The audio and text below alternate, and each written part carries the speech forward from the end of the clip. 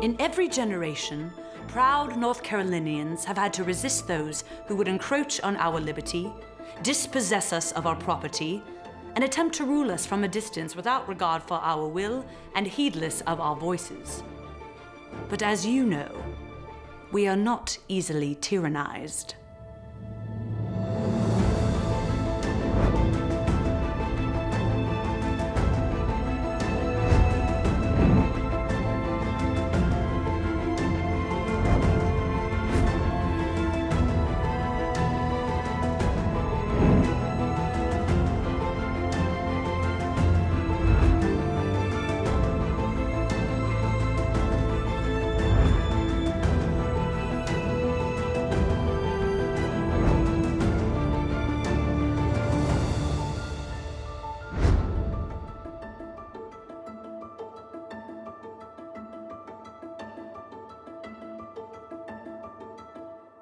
Edenton was once the esteemed capital of North Carolina from 1722 to 1743.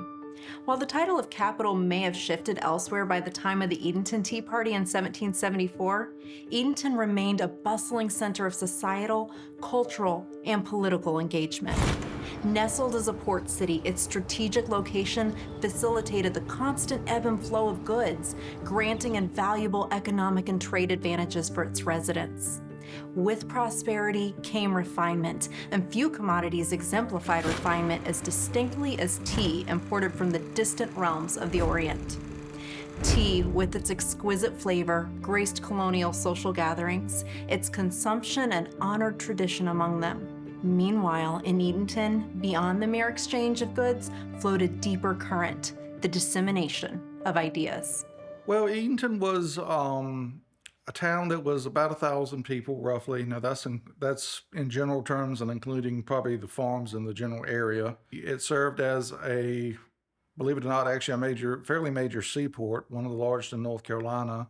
So we actually had ships coming from all over the British Empire, all over Europe, the northern colonies, the West Indies, Caribbean, I guess as they called it then. Something like 100 ships a year could clear through this port. Here in Edenton, we were, I think you could refer to us not only as the first capital of North Carolina, but also an intellectual center for the colony.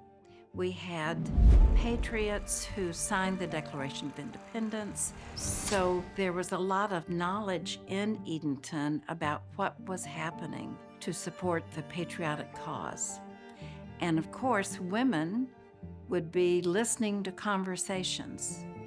And those conversations led to the women, 51 women, deciding that they wanted to do something to support this revolutionary effort. Penelope Barker was no stranger to adversity. She'd had a very difficult life, and it began when she was 17 years old. Her sister had passed away, as well as her father, in a really close proximity, and she actually ended up marrying her sister's husband, and then she had suddenly 3 children to take care of when she was 17. Soon her husband passed away, and then she ended up getting married again, and that husband passed away. By the time she was 28 years old, she had been widowed twice. There's a sort of a local joke you have to explain. No, they didn't divorce, and no, she did not kill her husbands. She was one of only 2 children of a wealthy landowner. They owned the Blenheim Manor plantation, which was a large landholding. So she had what they call family money herself. Penelope Barker was tough. This is a woman we should know. She really tapped into an unknown resource at the time in these communities. And these 51 women came together and they raised their voices for their families, for their husbands, for their freedoms. With her 3rd marriage to Thomas Barker, it was going great.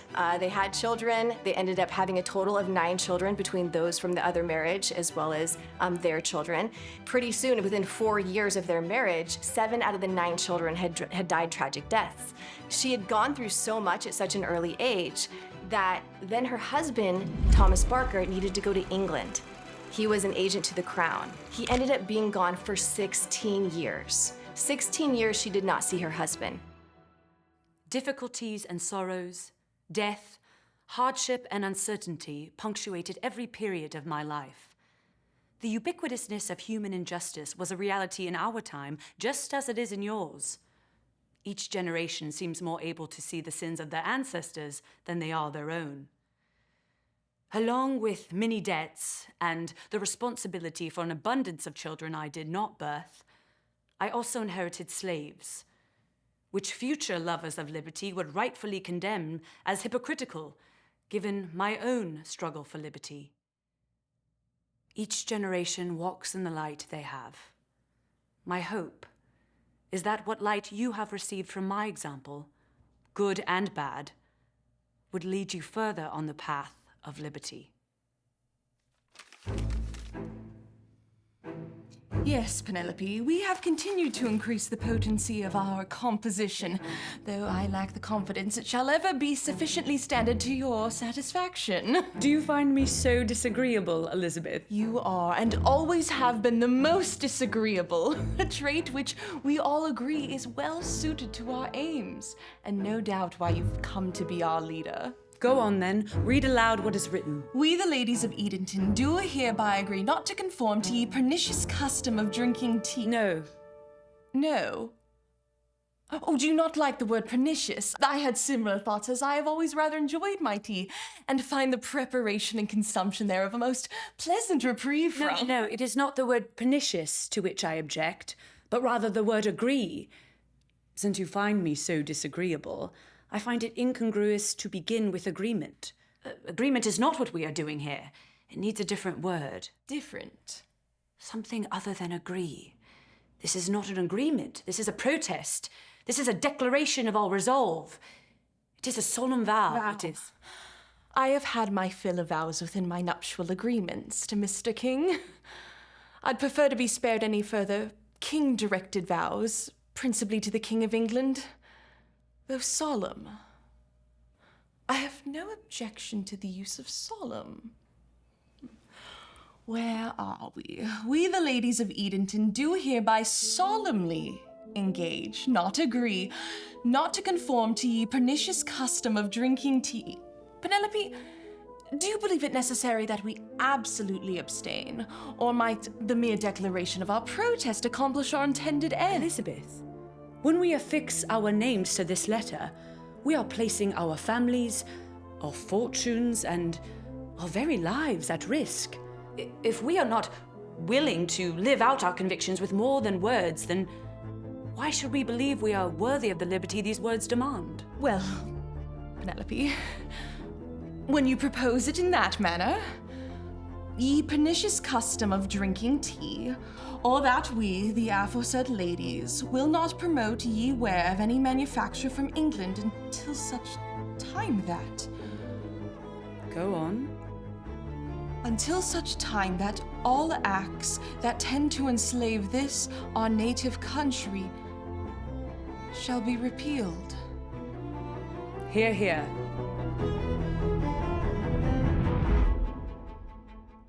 On October 25th, 1774, Penelope Paget Barker led 50 women to sign a list of resolutions that were opposing the 1773 Tea Act that was imposed by the British Parliament. Whether there was tea or whether there was a party, we're not exactly sure what happened at that event. Some say it was at Elizabeth King's house, but regardless, the women did sign. They signed their name to these resolutions. 51 women gathered and signed a proclamation led by Penelope that they would no longer buy English tea or goods. The taxes were lowered. It was in solidarity with the Patriot movement. Signing of the Edenton Resolves, the document that the women wrote, and 51 signed their names to the document. That was the first organized, written, political activity that was a stand-alone activity by women. Well, that's pretty powerful. Mr. Barker was a merchant, so this likely really impacted his business and his ability to support his family. But so did those taxes, and that's where we see Penelope Barker really standing up for her family. Even among the colonies, loyalists and patriots, they were often sabotaging each other and spying on each other. You didn't know who was in your court or not. This probably really elevated the Barker family among patriots, but it really put them at risk. Her motivation was partly to show solidarity and to support the cause, but it was also out of duty. And we know from an article that was written actually in a Virginia newspaper during that time where she and members of the Edenton Tea Party had signed, and they had said that this was out of their duty and they wanted to make sure that they supported it. Pushing back against Great Britain to defend their rights and to stop the taxation without representation.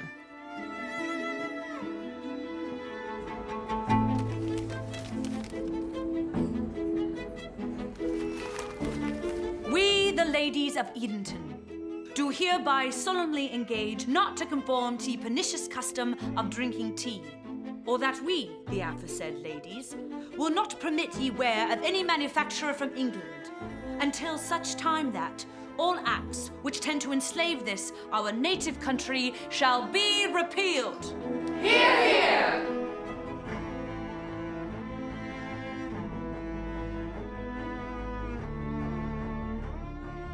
These women of Edenton put it all on the line that day.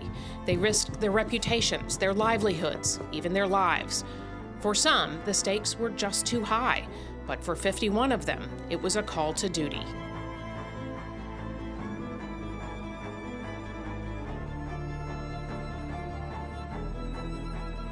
Penelope, my husband, he'll lose everything. I can't do it.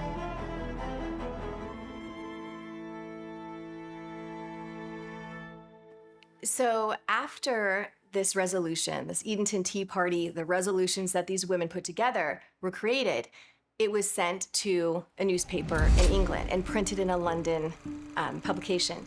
And this ended up becoming completely mocked by the people in England. And there was a cartoonist who actually created a little cartoon about the Edenton Tea Party where he very much poked fun about the women and made them look like they were loose and immoral women, unfit for motherhood, not very bright. He found a way to slander them in this cartoon because he had been creating a list of cartoons about all of these little mini revolutions. And it's interesting because it probably caused a lot of embarrassment back home. However, it shows us how significant the Edenton Tea Party was, because if it was significant enough for them to put it in their newspaper at the time, then it clearly was ruffling some feathers. Very proud that the ladies here from our community took a stand and stood up to what they saw as tyranny and the overreach of government, and tried to even though they themselves were denied much really role in government or representation, they used what influence they did have to try to make the world a better place. I think they were thinking of their children and future generations that were going to live here. I think they wanted the world to be better for their kids and grandkids and great-grandkids.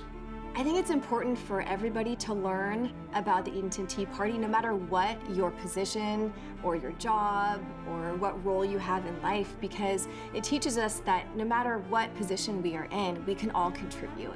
And there were so many things stacked against the women of Edenton at that time, but they did it anyway. And we should never disregard our voice. We should never think that we don't have the power to make change. In every generation, proud Americans have had to resist those who would encroach on our liberty, dispossess us of our property, and attempt to rule us from afar without regard for our will and heedless of our voices. But as for you, will you stand idly by, or will you enact your convictions? Will you protect that which you have inherited, granting an even greater portion of liberty to your children? Or will you sit back as tyrants revoke the gifts for which we risked all to secure for you? Please remember us, because in doing so, you will remember who you are.